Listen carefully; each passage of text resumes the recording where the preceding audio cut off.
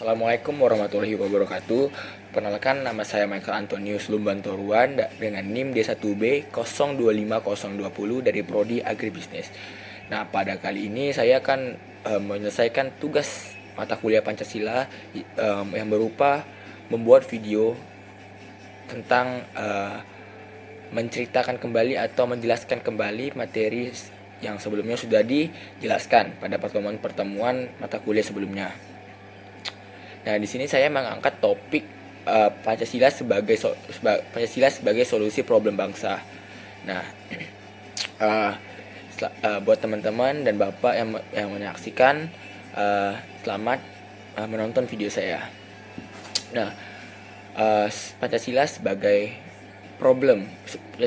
solusi problem bangsa. Nah, Indonesia sedang menghadapi berbagai masalah seperti korupsi, intoleransi, kesenjangan sosial, dan kemiskinan. Akar masalah utamanya adalah krisis moral dan melemahnya penerapan nilai-nilai Pancasila.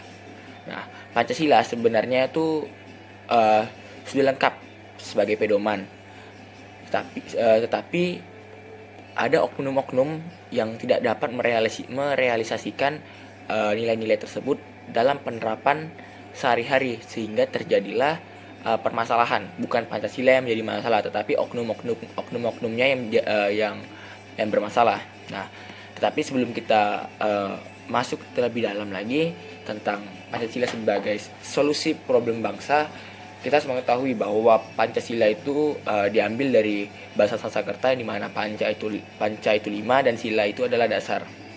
Nah, kita ketahui bahwa Pancasila itu sebagai dasar negara, yaitu sumber dari segala sumber hukum, dan juga sebagai ideologi bangsa atau berupa pandangan hidup, nilai moral, dan arah tujuan negara kita mau dibawa kemana. Nah, di dalam silsilah Pancasila ini terkandung banyak nilai. Ada nilai ketuhanan, kemanusiaan, persatuan, kerakyatan, dan keadilan sosial. Nah, di sini pun Pancasila menjadi landasan dalam membuat kebijakan, hukum, dan arah pemerintah. Jadi dengan adanya Pancasila, itulah menjadi jadi ukuran lah untuk menetapkan arah politik atau pemerintahan kita mau kemana, ataupun mau membuat kebijakan seperti apa atau hukumnya seperti apa. Jadi Pancasila sebagai tolak ukurnya, dan juga sebagai ideologi terbuka.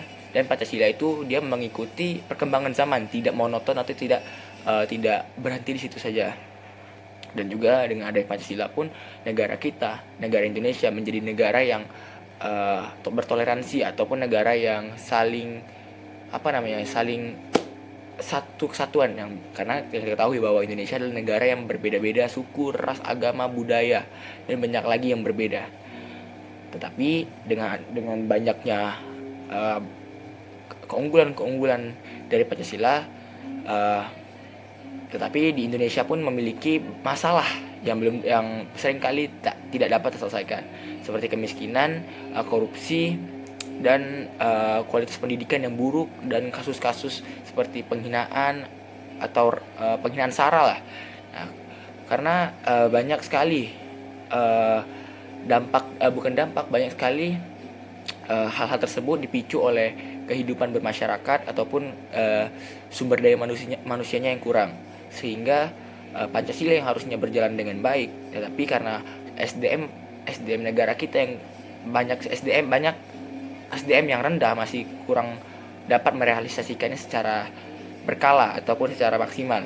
Dan juga penegakan hukum kita yang lemah itu juga sangat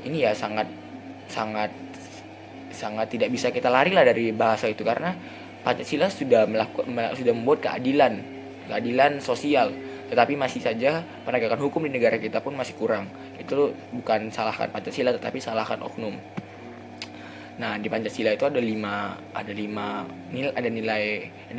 nilai bahasanya ya. Ada ketuhanan, kemanusiaan, persatuan, kerakyatan, dan keadilan sosial.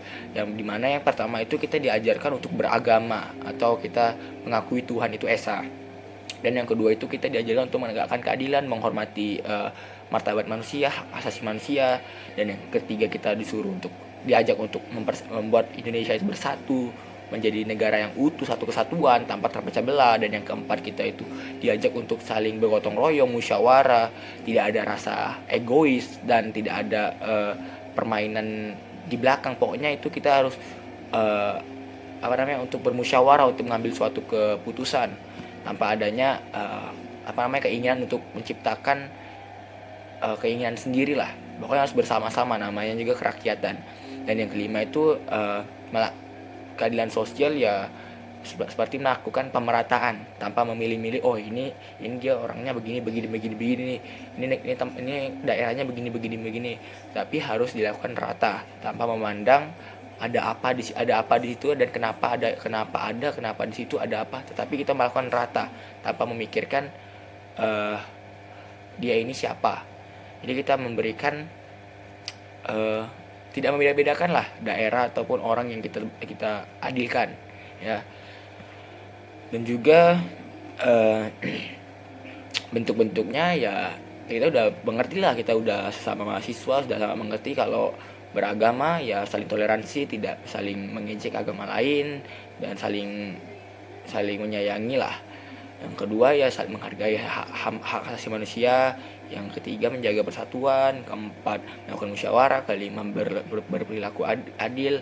Nah, jadi inilah video tentang Pancasila menjadi solusi problem bangsa.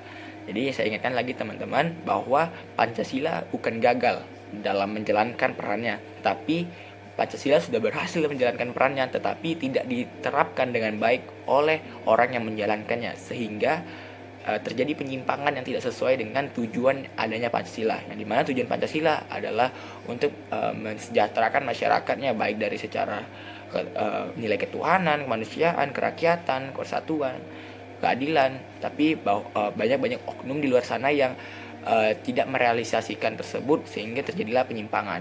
Oke teman-teman, terima kasih sudah menonton video ini, dan Bapak juga terima kasih. Semoga video ini dapat membantu dan dapat menyelesaikan tugas ujian akhir semester pada semester 1 ini. Terima kasih teman-teman dan Bapak.